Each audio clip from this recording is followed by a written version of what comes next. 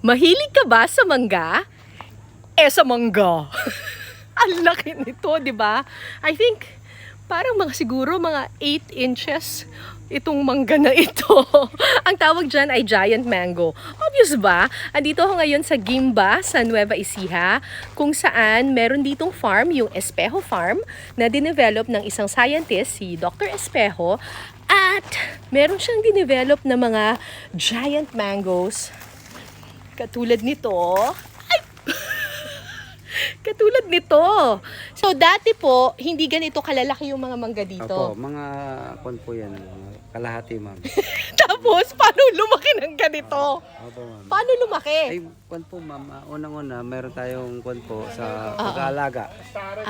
May sikreto sa pag-aalaga. Opo. Tapos, ang maganda pa dito, merong mga mangga dito si Sir na sa paso pa lang, namumunga na! Ito tingnan mo, nakapaso pa pero meron ng bunga. Ayan, namumunga na, nasa paso pa lang. Ito na ata ang pinakamalaking manggang nakita ko sa buong buhay ko. 12 inches daw ang laki nito. Buksan natin at tikman.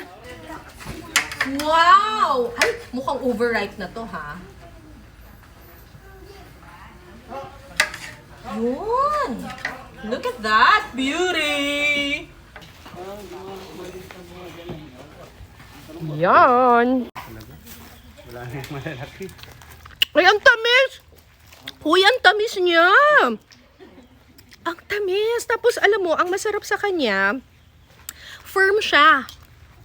Diba merong mga mangga niya, pag matamis na siya, yung parang masyado na siyang malambot na malambot. Ito yung parang meron pa siyang firmness.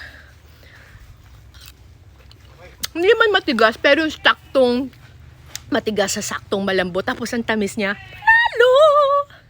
Giant mangoes, abangan sa Pinasarap. Tamis talaga. Rap.